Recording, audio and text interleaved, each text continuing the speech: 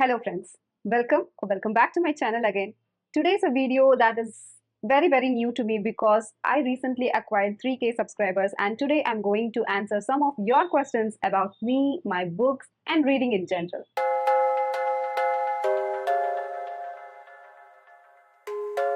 Well, I'm in total surprise that I have reached here, and I'm really very grateful for every one of you for watching my videos, liking them, commenting on them. It means the world to me.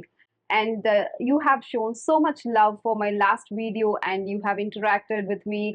Everything was so precious for me, and I intend to continue doing this with the same quality for you. And I hope you guys will enjoy all the content out from me. And I loved interacting with you, and I could go on about this for hours, but I'm going to stop here and let's go to the actual video. And you have asked me some 20 questions in the community post that I have posted after the 3K subscribers. Everything was very interesting. So without further ado, let's get started. So in no particular order, I'm just going to grab random questions from the post. And the first question that we are going to see is from Read with Archie, and she's one of a fellow booktuber, and her content is really great and I enjoy all her contents. Do check her out. And the questions she asked were, if you could pick one book to be your companion on a hypothetical lonely island, which would that be? Now, this is a very interesting question, and I think I would pick the lengthiest book or a book series that has more than 10 books in it, because one book would be pretty much boring to read again and again. So I think I'm going to go for answers like Game of Thrones or Wheel of Time or something like Harry Potter. And that would definitely be a fantasy series that I would take in a lonely island. And she has two more questions. The next one is, if you were to write a book someday, which genre would that be? And I think the answer is contemporary, because I have no intention of writing any book anytime soon, for the record. But if I had to write, I would write contemporary. And because I do like to record things around me, and fantasy is not my cup of tea when it comes to imagination and writing for myself, but I love reading fantasy. But if I had to write one, then I think contemporary is the first one I would write. And the last one she asked is, if a movie could do complete justice to a book, which book should definitely be turned into a movie?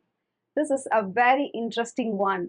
I think I would go for Grace of Kings, because that has the potential to be made into a movie. And if it is well handled, that would be the best movie ever to watch. And I'm just picking one book from this year's read, because there are so many books that I want to see in a bigger screen. But let's stick to this year's read, and I want to pick Grace of Kings by Ken Liu.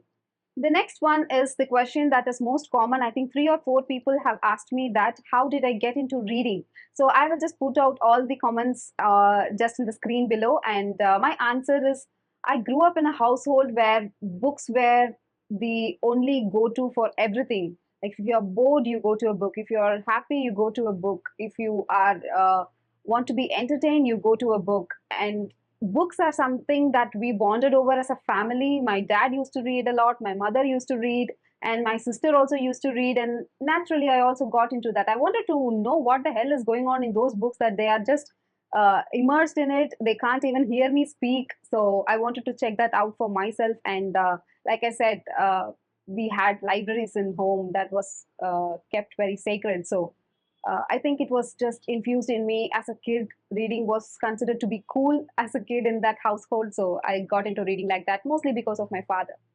The next question is an interesting one. They have asked me, don't you get bored reading?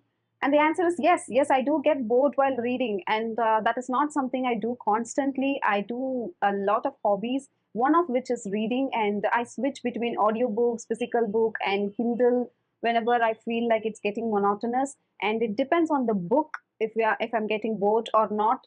A good book never got me bored. So in general, I do get bored reading books. So I stop it. I pick it up when I'm not bored, and again I do read. And I don't force myself to read any book. So yeah, that's it. If you have the good books, I don't think you will get bored. The next question is something that I can't answer, but they have asked me for best books for personal growth and finance. If there are some genres that I never read, those will be self-help books and romance books. It's not that those books are bad, it's just not my cup of tea. I don't get gravitated towards that kind of book, so I'm not the right person to recommend you such books. So that's about it. Someone here has asked, I love fantasy books. Which books do you think I should compulsorily read? I believe in your recommendation. First of all, thank you so much for believing in me. And I would suggest you to check out Harry Potter if you haven't read. That is the god of all fantasy books. And if not, you should try Winter Night Trilogy and V. Schwab books or Lee Bardugo books. And if you haven't read anything from Lee Bardugo, do check out Six of Crows and Crooked Kingdom and Shadow and Bone series. Those are all really, really great and they will just transport you to another world. This comment made me laugh because they have asked, share a few tips for budding booktuber. Girl, I am a budding booktuber, so I think we both are in the same boat. I have nothing to offer any tips or anything because I myself am experimenting, learning, and I don't think I have achieved anything or reached anywhere. I'm still learning, and so if there is anything that I want to tell you, that might be just because I have watched so many other booktubers, other famous successful booktubers, and I think they are being very true to their own ideas and their own style and their own opinions. They don't just accept a book is good because everyone is saying good. They do speak their mind, and that is what I believe in too. So I think that is one tip that you can take from all the other booktubers, and I do follow that too. So far, it has worked good for me. The next question is, are there any books that you have not completed? If so, what are the factors that affect the completion of reading the entire book? In general, I try to complete all the books that I pick up. I don't form my opinions before finishing it, even though if it is clashing my ideology or the things I believe in, I still try to finish that book before I form my opinion. But there are one or two books that I did not finish, but those are not the books that I thought would affect me as a reader. They were all simple romance books or something like that. And I think I DNF two books in last 2 years. Both of them are romance, so that says a lot about me. I'm not a romance book reader, so that is it. I didn't pick the right book for me. So most of the time, I pick the books that I'm drawn to. So I finish the books that I generally pick up. The next question is, how do you manage to read so many books in such a short span of time? It's actually it's not like I read a book every day or something. I do get reading slumps. I read one book for a month together sometimes, or I read a book in a day or in an hour or so. It just depends on what type of book I'm reading and what type of mood I'm in. It's simply that I get so much pleasure out of books that I tend to draw myself towards book. And I am a huge introvert. I spend most of my time in my house. And for an introvert, this is the great way to spend time with. So naturally, I tend to read more books. The next book is a three-part question. And the first question is, how do you review a book? Do you make notes as you read? Do you sit with your thoughts at the end of a book and then write a review? First of all, I don't think I write proper reviews for any books. If you see my Instagram account or anything, most of the things are the feelings of the book. What I felt after reading the book is what I have written. I don't do synopsis or I don't engage so much into the character plot development or anything. I simply say how that book made me feel. So I don't think I do book reviews or anything. The next question is, how are you able to buy and keep so many books? I'd love to buy too, but there are not enough space to store them. Do you donate the books you no longer want to keep? Uh, these are not the books that I collected in the recent times. These have been with me for quite a long time. I have slowly collected all these books. I love to collect the books that I love. And if a book is not giving me any pleasure or I don't see myself reading it again or something like that, I do donate it to some other people. And I mostly gift people the books that I love. So I have multiple copies of the same books also. And I have some books here and I have some books at my parents' home also, and that is how I tackle with the space problem. And the third part of the question is, can you recommend a good reading journal? I've never tried a full-on reading journal from any market, but I do maintain a reading journal of my own, which I design myself, and I'll just show some glimpses of it in this video. I created from the scratch from an empty notebook, and that works fine for me. Now, this is an interesting one. Have you ever thought of pursuing a profession related to literature? One more question. What were your initial favorite English books during your school and college days? So I don't see myself getting professional with literature. And the thing with me is, if I am getting into any profession and that gets boring for me, and I will see some other hobby to tackle the boredom of that profession. That is how I started YouTube, though I do something else entirely, totally different from this. So I don't see myself taking up a profession in literature. The second part of the question, I used to use my school and college libraries a lot for reading, and there was no one to guide me through the reading of English books because mostly at my home, my parents and sisters used to read Tamil books. But when it comes to English, I had to search on my own, and there was no booktube or anything during that time. So I did trial and error method, and I found Agatha Christie, Sidney Sheldon, those kind of authors to be my companion. And I used to read Famous Five. I read Harry Potter as a kid. And these are all some of the books that I was very much interested in my earlier times. Oh my God, the next question is a five-part question. And let's see one by one. The first one is, who's your favorite author of all time, your favorite book by them? I tend to get gravitated towards L.M. Montgomery's work. If I am feeling low or anything, I always think about getting into some kind of L.M. Montgomery's world. And the favorite book of mine is Emily of the New Moon series and Anne of Green Gables. They both are really very close to my heart. And of course, there are a lot of other authors, but this is just coming to the top of my mind. Has a book ever changed your life? I don't think it changed my life, but all the books are constantly changing me in some way. But I don't think I can vouch it to a single book for changing me because I don't read self help books or anything. But I read a lot of nonfiction and I read a lot of fiction. I constantly learn from them, and it is constantly making me change my perspective about the things around me. And I'm constantly educating myself, and I think that is a win, and I think that is a change. And in that way, all the books that I read are changing my life. The next one is, what attracts you to a book? The cover, the blurb, recommendation from others? I think all of them. I have read great books by picking just by seeing the cover, and I have read worst books by just picking up seeing the cover. Both has happened, and it is same for all. It's just a probability of getting a good or a bad book. So I think that these all the three things that you have mentioned are played a huge role in me picking up a book, and mostly it comes to recommendation by others, which is basically YouTube.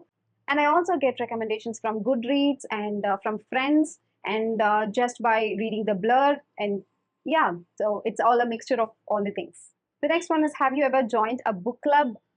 Yes, I was in a book club where some Australian Instagrammers were there, and we read few books there. And I was in another book club in the Instagram itself, and we read, I think, 4 or 5 books, one per month, and it did not continue, and it gradually drifted apart. And while I was there in a book club, it was very funny, very happy to communicate with fellow book readers, bookworms, and it was such a nice time. But I constantly do buddy reading with my friends. I pick up a book, I read it with my friend or my sister or my colleague or someone. I always do buddy reading, and that is a best way to read a book if you are in a reading slump. So if you guys are interested in forming a book club, maybe in the future with me, then let me know down in the comments. Then maybe we'll consider opening a book club and let's all read together. The last part of this question is kind of hard to answer because they have asked, what are some of your favorite quotes or scene from a book? It's literally plenty that I cannot pinpoint to one. There are so many books whose plot has always sticked to with me, and I have loved plot of House in the Cerulean Sea, and some from Harry Potter, and some from Winter Night Trilogy, and from Invisible Life of Addie LaRue. There are certain scenes and certain quotes that you will always think about. They are always on your mind. There are so many quotes that are very good in The Starless Sea by Erin Morgenstern, which I did not understand much the entire plot, but there are so many good quotes. I'll link them down. I'll put them on the screen somewhere. And I do love many quotes from Harry Potter too. I'll also add them here for you to check out. The next one is, I think, the problem of many people, including me.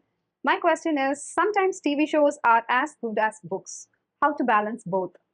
So when it comes to today's digital world, it's really, really very hard to stick to a book, pick it up, read it every day. I find it difficult too. And few years earlier, when I started reading, when I was a child, there was no distraction. Books were the only focus for us. So it was very easy to stick to a book, finish a book, and then pick up next and finish it, and so on. But now there are so many distractions. We are constantly distracted by movies, by reels, by YouTube shorts or YouTube videos, or so many things are there to catch our eye. But in this era, if you want to read a book, it has to start with compulsion, and make it a point that you have to read today, allot some time, and try to read at least 10 pages and keep reading, and the book itself will call you back. And I think setting a timeline or having a target for each day that would help fight all the distractions to read a book. That is working fine for me, so I thought it will help you.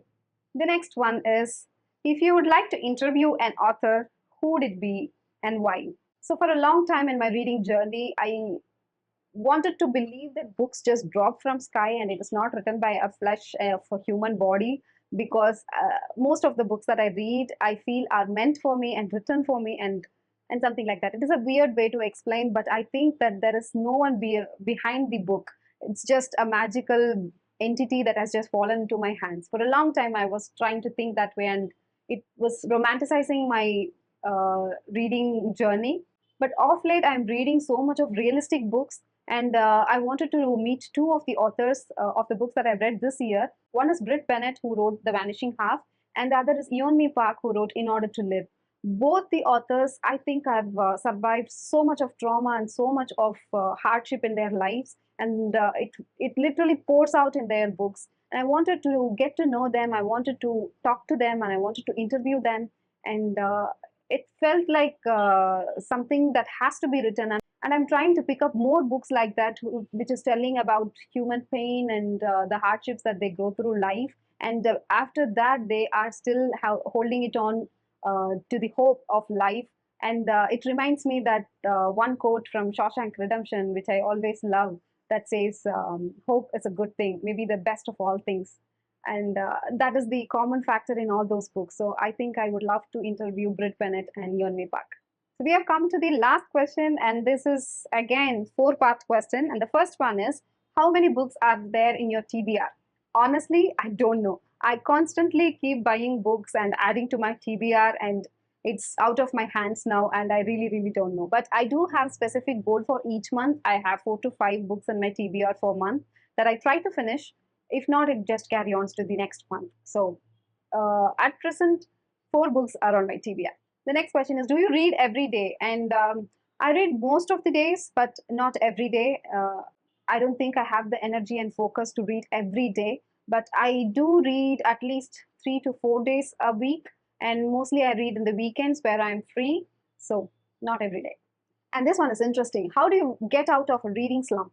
And I strongly believe that to get out of a reading slump, you have to let it go and let it pass on its own. You don't have to be productive all the time. You don't have to read all the time, and don't be hard on yourself for not reading anything. That is my advice, and that is how I treat myself too. But if you really want to get out of a reading slump, then try some page turner books that will keep you engaged while reading, that will just get you focused into the book. Some of the books that helped me in reading slump are Home Before Dark by Riley Sager and Beware Liars by E. Lockhart.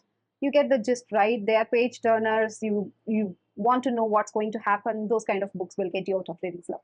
And also have patience, keep small targets for every day to finish a book, and stick to that target even if you don't feel like reading. And eventually you will start reading more than what you have targeted. The last question is, what is your go-to genre? I think by now everyone must know that fantasy is my go-to genre. I do read a lot of fantasy, but I'm very, very inconsistent in finishing a series, but I check out a lot of fantasy books. I love being in a fantasy world. I love to read fantasy books.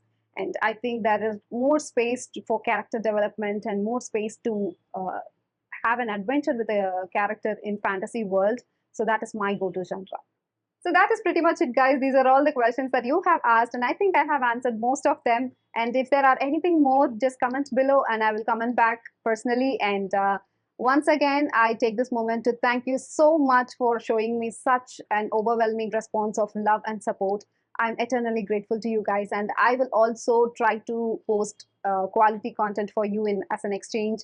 And let's grow together, let's read together. Until I see you again in the very next video with a bookish content, this is Sushmita signing off. Keep reading. Bye-bye.